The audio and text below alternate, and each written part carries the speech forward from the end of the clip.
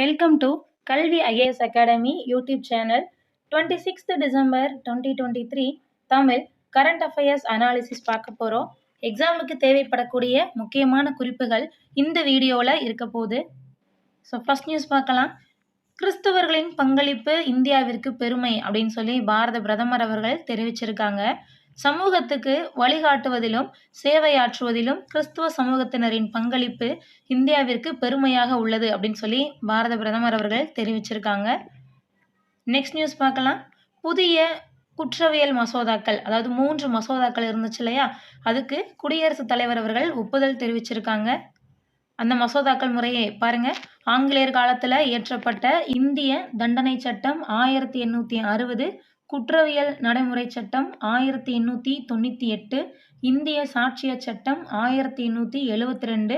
இதற்கெல்லாம் பதிலாக, அதாவது இந்திய தண்டனை சட்டம் 1860 அப்படிங்கிறது பாரதிய நியாய சம்ஹிதா அப்படின்னும், குற்றவியல் நடைமுறை சட்டம் 1898 அப்படிங்கிறது பாரதிய நாகரிக் சுரக்ஷா சம்ஹிதா அப்படின்னும், இந்திய சாட்சிய சட்டம் 1872 அப்படிங்கிறது பாரதிய சாட்சிய அதிநியம் அப்படின்னும் 3 சட்டங்களாக கொண்டு வரப்பட்டுள்ளது.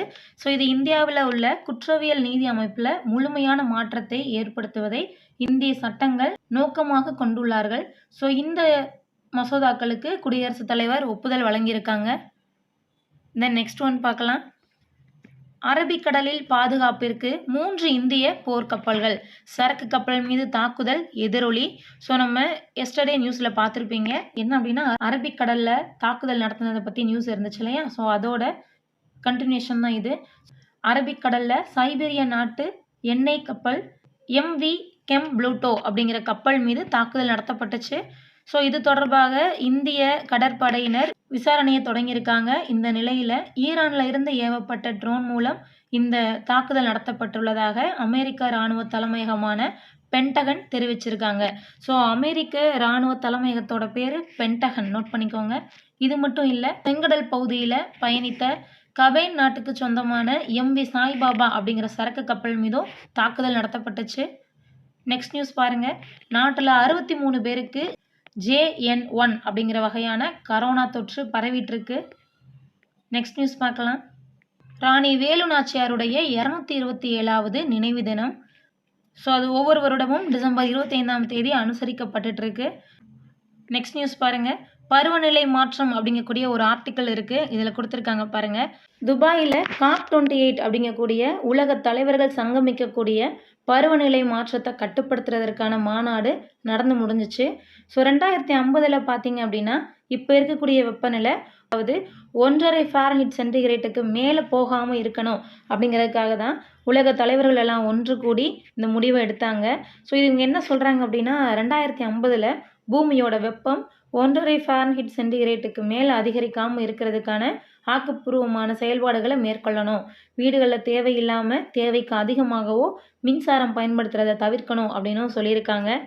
ஸோ கடந்த 100 ஆண்டுகளில் பார்த்தீங்க அப்படின்னா அதிகரித்த மக்கள் தொகைக்கு ஏற்ப அதிகரிக்கும் உணவு உற்பத்தி, மாமிசம், பால் வகைகள், ராக்கெட் வேகத்தில் அதிகரித்து வரக்கூடிய வாகன உற்பத்திகள், அவற்றை இயக்க பயன்படுத்தக்கூடிய எரிபொருளான பெட்ரோல், டீசல், நிலக்கரி, இது எல்லாம் சேர்ந்து தான் இந்த உலக பருவநிலை மாற்றத்தில் மிகப்பெரிய பிரச்சனையை உருவாக்கியிருக்கிறதா சொல்கிறாங்க. பருவநிலை மாற்றத்திற்கான முதல் சர்வதேச மாநாடு பாரிஸில் தான் நடந்துச்சு. ஸோ அந்த மாநாட்டில் உலகத்தோட பெரும்பான்மையான நாடுகள் எல்லாம் கலந்துட்டு இருந்தாங்க. அதில் அமெரிக்காவும் வளர்ந்த மேலை நாடுகளும் அதிகமான கரியமில வாயுக்களை வெளியில் உமிழ்ந்துட்டு இருக்காங்க. குறிப்பாக புதைபடிவ எரிபொருள்கள் அப்படின்னு சொல்லக்கூடிய ஃபாசில் ஃபியூயல்ஸ் என்று அழைக்கக்கூடிய பெட்ரோல், டீசல், நிலக்கரி, எரிவாயு ஆகியவற்றை வாகனம் மற்றும் வீட்டு உபயோகங்களுக்கும் மிதமிஞ்சி பயன்படுத்துகிறாங்க. அதனால தான் புவியோட வெப்பம் அதிகரிச்சிட்டு இருக்கு அப்படின்னு சொல்லியிருந்தாங்க. ஸோ உலக அளவில் புவி வெப்பம் குறைக்கப்பட்டுச்சு அப்படின்னா பொருளாதாரத்தில் வளர்ந்த நாடுகள் மற்றும் வாகனங்களை அதிகமாக பயன்படுத்தக்கூடிய நாடுகள் தான் முதல்ல இருக்கும். அவரவர் நாடுகளில் அதற்கான கட்டுப்பாடுகளையும் கொண்டு வரணும். பெரும்பாலான லத்தீன் நாடுகளிலும் ஆப்பிரிக்கா நாடுகளிலும் ஆசியாவின் பல நாடுகளிலும் இப்பொழுதுதான் முதல் தலைமுறையினர் வாகனங்களை கண்ணிலேயே காண்கிறார்கள் அப்படின்னு சொல்லியிருக்காங்க. ஸோ எனவே ஊருக்கு உபதேசம் செய்யாமல் முதல்ல அமெரிக்கா மற்றும் வளர்ந்த நாடுகள் புவி வெப்பத்தை குறைப்பதற்கான ஆக்கப்பூர்வ நடவடிக்கைகளை எடுக்கணும் அப்படின்னு சொல்லி இங்கே வலியுறுத்தப்பட்டிருக்கு. ஸோ இந்த புவி வெப்பத்தினால ஏற்கனவே பல நாடுகள் பாதிப்புக்குள்ளாயிடுச்சு. ஸோ மிதமிஞ்சிய வெப்பநிலை மாற்றங்கள் வந்துச்சு அப்படின்னா ஐரோப்பிய நாடுகளாக இருக்கக்கூடிய இத்தாலி, கிரீஸ், ஸ்பெயின் போன்ற நாடுகளில் காடுகள் எரியுது, பெரும் வெள்ளப்பெருக்கும் ஏற்பட்டுட்டு இருக்கு. ஸோ இந்தியாவோட இமயமலை பகுதிகளில் மேக வெடிப்பு ஏற்பட்டு மிகப்பெரிய அளவு மழைப்பொழிவும் ஏற்படுது. ஸோ அண்டார்டிகாவோட பனிப்பாறை கூட பார்த்தீங்க அப்படின்னா 100 ஆண்டுகளுக்கு பிறகு மீண்டும் நகர ஆரம்பிச்சிருக்கு. மிதமிஞ்சிய வெள்ளத்தால் பனிப்பாறைகள் உருகி கடல் மட்டங்களும் உயருது. அதில் பல தீவுகளும் பல நாடுகளும் காணாமலே போகக்கூடிய அபாயமும் இருக்கு. எனவே பருவநிலை மாற்றத்திற்கு ஏற்படும் பாதிப்புகளிலிருந்து எந்த நாடும் தப்பிக்க முடியாது அப்படிங்கிறது தான் முற்றிலும் உண்மையான ஒரு விஷயம். இது இந்த பர்டிகுலர் ஆர்டிக்கிளில் ரொம்பவே நல்லா சொல்லியிருக்காங்க.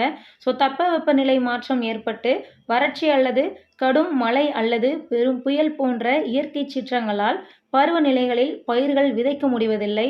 பயிர் முளைத்த பிறகு போதிய மழைப்பொழிவு கிடைப்பதில்லை. விளைந்த பயிர்கள் அறுவடைக்கு வரும்போது அதிக மழை பெய்து பெரும் நஷ்டம் ஏற்பட்டு விவசாயிகளும் ஏழை மக்களும் தங்களுடைய வாழ்வாரங்களை கூட இழக்கக்கூடிய வாய்ப்பு ஏற்படும். அது மட்டும் இல்லை, மாட்டுப்பண்ணைகள், கோழி பண்ணைகளிலிருந்து வெளிவரக்கூடிய மீத்தேன்களால் ஏற்படக்கூடிய பாதிப்பு ரொம்பவே அதிகம். பார்த்தீங்க அப்படின்னா கார்பன் டை ஆக்சைடு வாயுவை காட்டிலுமே கொடூரமானது எது அப்படின்னு கேட்டிங்கன்னா மீத்தேன் தான். கோடான கோடி கால்நடைகள் வெளியிடக்கூடிய ஏப்பங்கள்ல இருந்து கூட மீத்தேன் அப்படிங்கிறது வெளியாகத்தான் செய்யுது.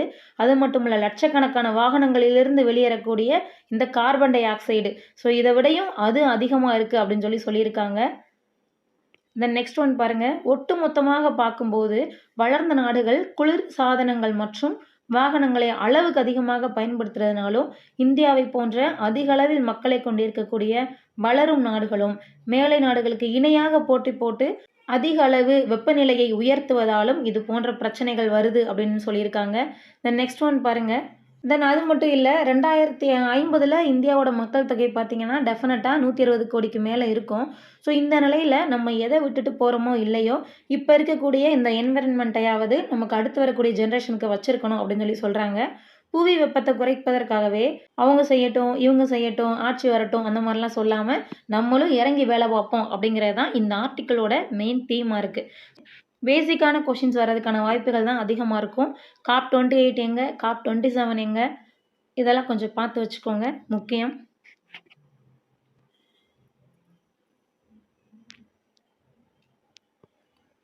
நெக்ஸ்ட் நியூஸ் பார்க்கலாம். உலக முதலீட்டாளர் மாநாடு ஏற்பாடுகள் தீவிரம். 100க்கும் அதிகமாக தொழில்துறை பிரபலங்கள் உரையாற்ற உள்ளனர். நெக்ஸ்ட் நியூஸ் பார்க்கலாம். துபாயுடன் கச்சா எண்ணெய் வர்த்தகம் முதலாக ரூபாய் மூலம் பரிவர்த்தனை. ஸோ ரொம்பவே ஒரு முக்கியமான நியூஸ் இது. உலகத்தில் 3வது பெரிய எரிபொருள் நுகர்வோராக இருக்கக்கூடிய இந்தியாவின் நாணயத்தை உலக அளவில் எடுத்து செல்வதற்கு இது உதவுது. ஸோ இது போன்ற ஒப்பந்தங்களில் மற்ற நாடுகள் கூடயும் இந்தியா ஈடுபடணும் அப்படின்னு சொல்லி அதிகாரிகள் தெரிவிச்சிருக்காங்க. ஸோ இதன் அடிப்படையில் பார்த்தீங்க அப்படின்னா உக்ரைன் போருக்கு பிறகு மேற்கு நாடுகளால் வர்த்தக தடை விதிக்கப்பட்ட ரஷ்யாவிடம் இருந்து எண்ணெய் இறக்குமதியை இந்தியா அதிகரித்ததால் ஆயிரக்கணக்கான கோடி சேமிக்கப்பட்டது. ஸோ இந்த நிலையில் எல்லை தாண்டிய ரூபாய் பரிவர்த்தனைக்கு ஊக்குவிப்பதற்காக 18 நாடுகளுடன் ரூபாயில் பரிவர்த்தனைகளை மேற்கொள்வதற்கு 12க்கும் மேற்பட்ட வங்கிகளுக்கு இந்திய ரிசர்வ் வங்கி அப்படின்னு சொல்லக்கூடிய RBI அனுமதி அளிச்சிருக்கு. ஸோ இது உலகளவில் ரொம்ப ஏற்றுக்கொள்ளக்கூடிய ஒரு விதமாக இருக்குது. தென் அது மட்டும் இல்லை, ஸோ ரூபாய் சர்வதேசமயமாச்சு அப்படின்னு சொன்னால் டாலரோட தேவைகளையும் குறைக்க முடியும். அதே வேளையில் உலக நாணயத்தோட ஏற்றத்தாழ்வுகள் குறைவான பாதிக்கப்படக்கூடிய இந்திய பொருளாதாரமும் மாறும் அப்படின்னு சொல்லியிருக்காங்க. நெக்ஸ்ட் நியூஸ் பார்க்கலாம். 142 ரோஹிங்கயா அகதிகளை காப்பாற்றிய இந்திய அதிகாரிகள். ஐநா அகதிகள் நல அமைப்பு பாராட்டு. நெக்ஸ்ட் நியூஸ் பாருங்க. தென்னாப்பிரிக்க மண்ணில் முதல் டெஸ்ட் தொடரை வெல்லுமா இந்தியா? 31 ஆண்டுகள் காத்திருப்பு. பாக்ஸிங் டே டெஸ்ட் இன்று தொடக்கம். ஸோ இன்றைய ஆட்டம் பார்த்தீங்கன்னா இந்தியாவிற்கும் தென்னாப்பிரிக்காவிற்கும் இடையில் எங்கே நடக்க போகுது அப்படின்னா செஞ்சுரியன் பார்க்கில். நெக்ஸ்ட் நியூஸ் பாருங்கள். தேசிய மகளிர் குத்துச்சண்டை காலிறுதியில் மஞ்சுராணி மற்றும் சாக்சி. தென் JN1 கொரோனா புதிய உருமாற்றமும் புரிதல்களும். ஸோ இதை பற்றின ஒரு பேசிக்ஸ் கொடுத்துருக்காங்க. அது மட்டும் இல்லை, கடந்து வந்த பாதை அப்படின்னு வேற ஒரு டயக்ராம் கொடுத்துருக்காங்க. ஸோ பார்க்கலாம். சார்ஸ் கோவிட் வைரஸ் எனப்படும் கரோனா தொற்று பல உருமாற்றங்களை அடையக்கூடியது. அதில் ஆல்ஃபா வகை கொரோனா தீ நுண்கிருமி 2 உருமாற்றங்களை மட்டுமே பெற்றுள்ளது. டெல்டா வகை 8 உருமாற்றங்களை அடைந்தது. ஆனால் ஒமிக்ரானை பொறுத்தவரை 100க்கும் மேற்பட்ட உருமாற்றங்கள் ஏற்பட்டுள்ளன. அவற்றில் பெரும்பாலான மாற்றங்கள் வெளிப்புற புரதத்தில் நிகழ்ந்திருக்கின்றது. அந்த வரிசையில் பார்த்தீங்க அப்படின்னா ஒமிக்ரான் உட்பிரிவாக இருக்கக்கூடிய BA.2.86 பைரோலா வைரஸில் இருந்து தான் இந்த JN1 அப்படிங்கக்கூடிய நுண்கிருமி உருமாற்றம் அடைந்திருக்கிறதா சொல்கிறாங்க. இதோட அறிகுறிகள் கொடுத்துருக்காங்க பாருங்கள். காய்ச்சல், இருமல், சளி, தொண்டை வலி, தலைவலி, சோர்வு, உடல் வலி, சுவாசிப்பதில் சிரமம், வயிற்றுப்போக்கு. ஸோ கிட்டத்தட்ட கொரோனாவுக்கான சிம்டம்ஸ் தான், அதே சிம்டம்ஸ் தான் இது. தடுப்பு வழிகள் பாருங்கள். முகக்கவசம் அணியணும், தனிநபர் இடைவெளி தேவை, கைகளை சோப் போட்டு கழுகணும், இருமல் தும்மலில் இருந்து வாய் மூக்கை மூடிக்கிறணும், இரத்த சர்க்கரை அளவை கட்டுப்பாட்டில் வச்சுருக்கணும், நோய் எதிர்ப்பு சக்தியை மேம்படுத்தணும், ஊட்டச்சத்து மிக்க உணவு பழக்கம், மது, புகைப்பழக்கம் இது எல்லாத்தையும் கைவிடணும், உடற்பயிற்சி செய்யணும். இந்த பரிசோதனை யாருக்கெல்லாம் முக்கியம் பாருங்கள். இணை நோயாளிகள், எதிர்ப்பாற்றலை குறைக்கும் சிகிச்சையில் இருப்போர், முதியவர்கள், கர்ப்பிணிகள், குழந்தைகள், உறுப்பு மாற்று சிகிச்சை மேற்கொண்டவர்கள், நுரையீரல் நோயாளிகள், HIV மற்றும் புத்துநோயாளிகள். ஸோ இந்தியாவில் இது வரைக்கும் பார்த்தீங்க அப்படின்னா சளி மாதிரிகளை மரபணு பகுப்பாய்வுக்கு உட்படுத்தினதில் 63 பேருக்கு JN1 வகை கொரோனா தொற்று உறுதி செய்யப்பட்டிருக்கு. தென் அது மட்டும் இல்லை, இந்த கொரோனா தடுப்பூசி முதல் அலையின் போது பரவிய தொற்றுக்கு எதிராக எதிர்ப்பாற்றலை உருவாக்க பயன்பட்டது. அதன் பின்னர் நூற்றுக்கணக்கான உருமாற்றங்கள் நிகழ்ந்து 3 அலைகளாக கொரோனா பரவுனதுனால அந்த தடுப்பூசி, அதாவது பூஸ்டர் தடுப்பூசி போட்டோம் பார்த்தீங்களா, அதுதான். ஸோ அந்த பூஸ்டர் தடுப்பூசி JN1 வகைக்கு பதிலளிக்காது அப்படின்னு சொல்லியிருக்காங்க. ஸோ பூஸ்டரும் வேலை செய்யாது, அப்படியாப்பட்ட கொரோனா தான் இந்த கொரோனா, பாதிப்பு வீரியமாக இருக்காது அப்படின்னு சொல்லியிருக்காங்க. இது குறித்து தொடர்ந்து நியூஸ் வரும்போது தான் இதை பற்றின முழு டீட்டெயில்ஸும் நமக்கு தெரிய வரும். ஸோ பார்க்கலாம். நெக்ஸ்ட் நியூஸ் பாருங்கள். காசா அகதிகள் முகாமில் குண்டு வீச்சு 106 பேர் உயிரிழப்பு. இந்த போர் மிக பயங்கரமான ஒரு போராக இருந்துகிட்ருக்கு. நெக்ஸ்ட் நியூஸ் பாருங்கள். நிலவோட சுற்றுப்பாதையில் ஜப்பானோட விண்கலம் நிலவில் ஆய்வு செய்வதற்காக ஜப்பானால் அனுப்பப்பட்டது தான் ஸ்லிம் அப்படிங்கக்கூடிய இந்த விண்கலம். அதன் சுற்றுவட்ட பாதையில் வெற்றிகரமாக செலுத்தப்பட்டது. ஸோ பேரை பார்த்து வச்சுக்கோங்க, ஸ்லிம். நெக்ஸ்ட் நியூஸ் பார்க்கலாம். பொது பயன்பாட்டு சூரிய மின் உற்பத்தி திறன் 21% அதிகரித்துள்ளது. நெக்ஸ்ட் ஒன், காசி தமிழ் சங்கமம் 2.0 இரு பெரும் கலாச்சாரங்களின் இணைப்பு அப்படின்னு சொல்லி மத்திய இணையமைச்சர் அன்னபூர்ணா தேவி அவர்கள் தெரிவிச்சிருக்காங்க. பன்முகத்தன்மை நிறைந்த கலாச்சார நல்லிணக்கம் கொண்ட ஒன்றோடொன்று தொடர்புடைய இந்தியாவின் 2 வளமான கலாச்சாரங்களை இணைப்பதற்காக இந்த காசி தமிழ் சங்கமம் உருவாக்கப்பட்டுள்ளது அப்படின்னு சொல்லியிருக்காங்க. ஸோ இதோட இன்னைக்கான கரண்ட் அஃபேர்ஸ் முடியுது.